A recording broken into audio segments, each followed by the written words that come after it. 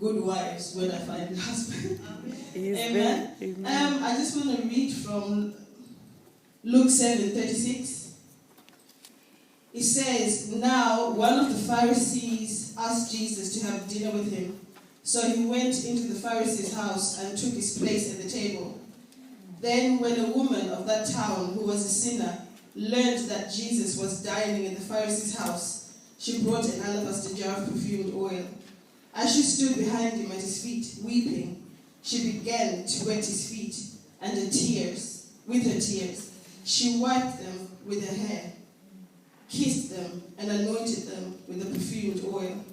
Now when the Pharisees who had invited him saw this, he said to himself, if this man were a prophet, he would know who and what kind of woman this is who is touching him, that she is a sinner." As I was reading this verse, I began to think that I am the woman with the alabaster box, because I believe that every woman has got a story.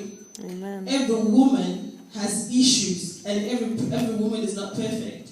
So there comes a time when you get to a point in your life where you just give up everything and you say, look, this kind of life that I'm living is not the kind of life that I want to live.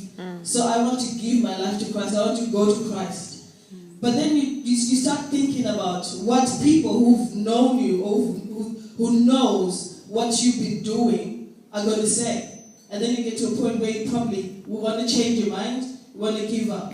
But this woman in the alabaster box, she knew that there was a man called Jesus. She knew that this man was a man who was going to change her life.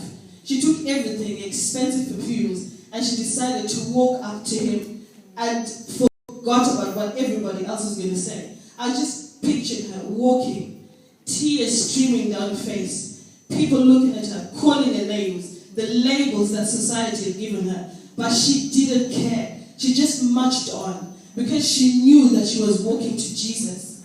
And it's the same in this day and age in church. We've got people who are broken, people who want to give their lives to Christ. But it's because of the labels that they've been given that they start thinking twice about going to Jesus Christ. But I want to encourage someone here today. It doesn't matter where you've been. It doesn't matter what you've done.